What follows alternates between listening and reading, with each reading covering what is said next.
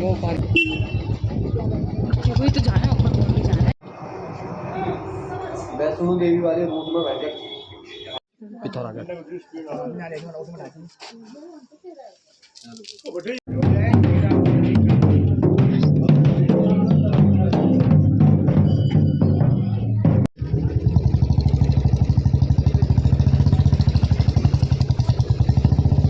एक बार मेरे लगता हूँ कि खतरनाक है यार।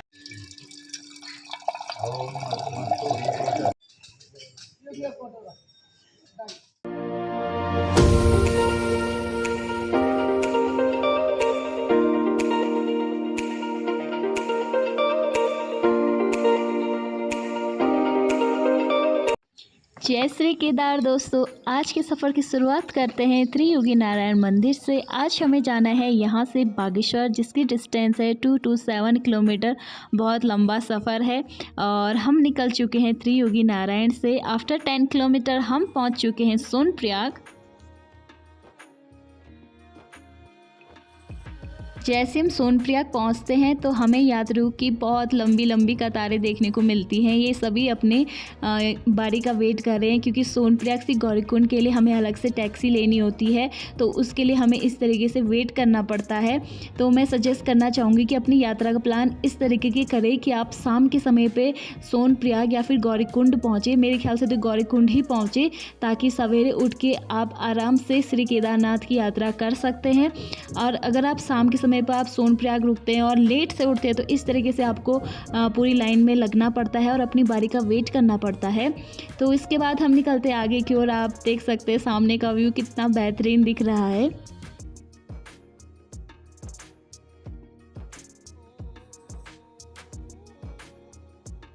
तो लोगों की लाइन जहाँ पे ख़त्म होती है वहाँ से शुरू हो जाती है गाड़ियों की लाइन, क्योंकि यहाँ पे लंबा लंबा जाम लगा हुआ है। और मैं तो एक ही बात सजेस्ट करना चाहती हूँ, अगर आप केदारनाथ की यात्रा कर रहे हैं ना तो बाइक बुलेट से करें, क्योंकि सबसे ईजीएस्ट रहता है। अगर आप 4 व्हीलर से आते हो तो इस तरीके के लंबे लंबे जाम में आप फंस जाते हैं, तो आपको बहुत तकलीफ हो सकती है। तो इसके लिए आप बाइक बुलेट से ही आएँ। अभी हम ब्रेकफास्ट के लिए रुके हैं। हमने ब्रेकफास्ट में मंगाया है आलू के पराठे।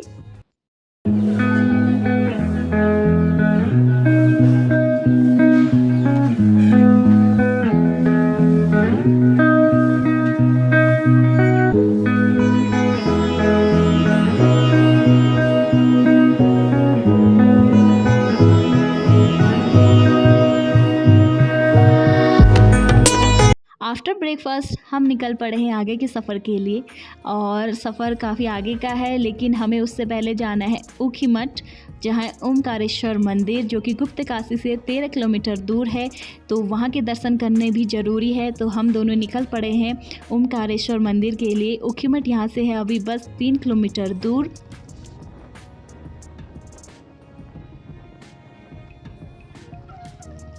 तो फाइनली हम पहुंच चुके हैं ऊखीमठ, और मंदिर के पास हम पहुंच चुके हैं। और हमने यहाँ पे प्रसाद ले लिया है। प्रसाद लेने से पहले हाथ धोने पड़ते हैं, और इसके बाद हम दोनों निकल पड़े हैं मंदिर के दर्शन करने के लिए।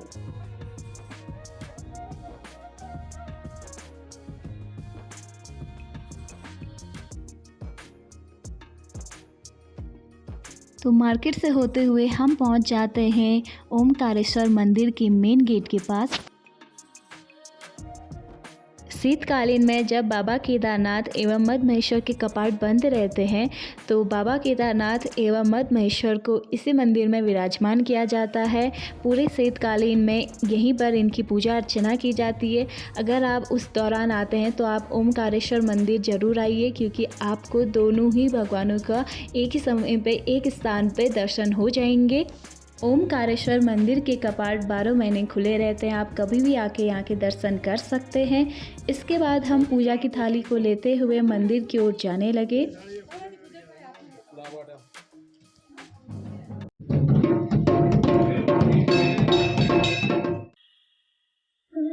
जय जय हो शंकरा, आदिदेव शंकरा, तेरे जाप के बिना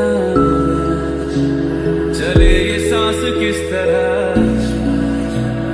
मेरा कर्म तू ही जाने, क्या बुरा है क्या भला।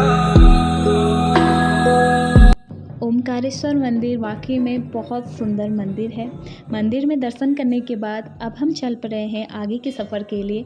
और हमने भी सबसे पहले पहाड़ी लस्सी, जो कि यहाँ की बहुत फेमस लस्सी है। इसके बाद हमने रुद्रप्रयाग का जो रूट है वो चूज़ नहीं किया, हमने चूज़ किया गोपेसर वाला रूट, क्योंकि गोपेसर वाले रूट में हमें चोपता भी मिल जाता है और धूप है काफ़ी तेज़, तो इसके साथ ही चोपता वाला रूट सबसे बेस्ट है, क्योंकि यहाँ पे बहुत सारे पेड़ हैं तो आपको सफ़र में काफ़ी मज़ा भी आएगा। तो इस वाले रूट में भी काफ़ी जाम देखने को मिला। जाम को क्रॉस करते हुए हम पहुंच गए हैं फाइनली चोपता वाले रास्ते पे। और चोपता यहाँ से काफ़ी नज़दीक है और चोपता बहुत सुंदर सी जगह है।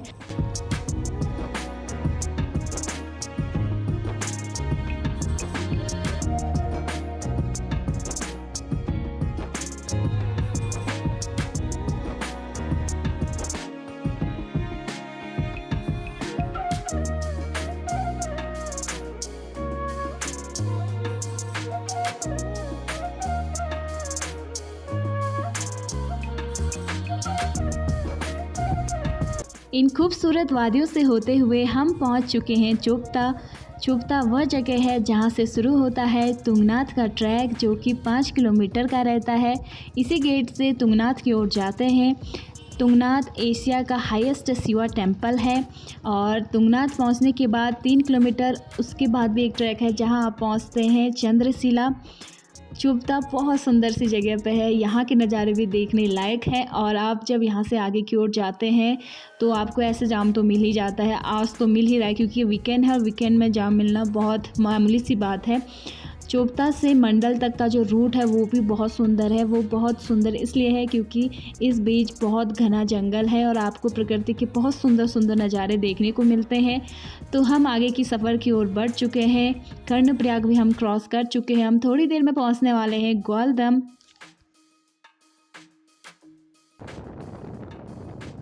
प्रकृति के इन खूबसूरत नज़ारों के साथ डिस्टेंस कब कवर होते जा रहा है हमें पता ही नहीं लग रहा है।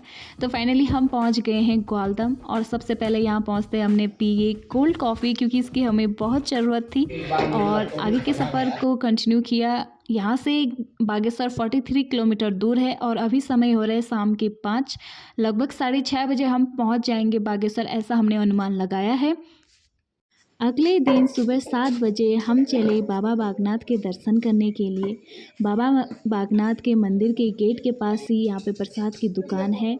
हमने सबसे पहले यहाँ से प्रसाद लिया और उसके बाद हम चले बाबा बागनाथ के दर्शन करने के लिए।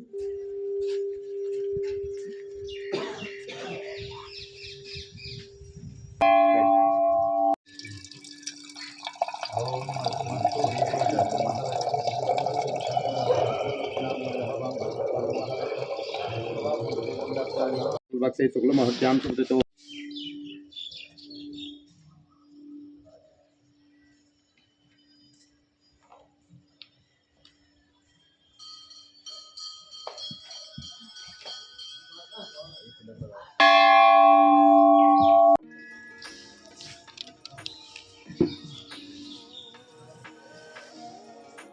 बाबा बागनाथ के बहुत अच्छे से दर्शन करने के बाद अब हम चल पड़े हैं आखिरी चरण की ओर, यानी कि बागेश्वर टू क्वेटी, जो कि 77 किलोमीटर की डिस्टेंस पे है। बहुत कम है वैसे, हम बहुत जल्दी पहुंच जाएंगे। और सुबह सुबह का समय है, आप देख सकते हैं बहुत सुंदर से नज़ारे देखने को मिल रहे हैं। बादल कितने प्यारे लग रहे हैं। जैसे हम बराड़ी पहुँचते हैं तो हमारे कैमरे के बैग में थोड़ी सी ख़राबी आ जाती है, तो फिर मोची वाले अंकल के पास हम जाते हैं और फटाफट से हमारा बैग बना के देते हैं। तो जो हमारी बुलेट है काबिल तारीफ़ है, क्योंकि इसने हमें इतना लंबा सफ़र तय करने को दिया और कहीं पे भी कोई भी ख़राबी नहीं हुई इसमें। इसने हमारा बहुत साथ दिया। तो हमारा बैग भी बनकर तैयार हो चुका है। इसके बाद हमने हल्का फुल्का सा ब्रेकफास्ट किया, ब्रेड पकौड़ा एंड चाय, और उसके बाद अपने सफ़र को कंटिन्यू किया।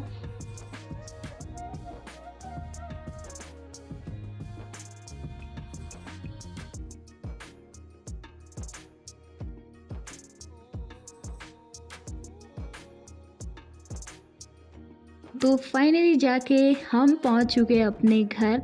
और घर आते सबसे पहले वेलकम करने आता है अपना डॉलू, हमेशा की तरह। तो वो हमारा इंतज़ार कर रहा है सामने से और वो तेज़ी से आता है हमारे पास।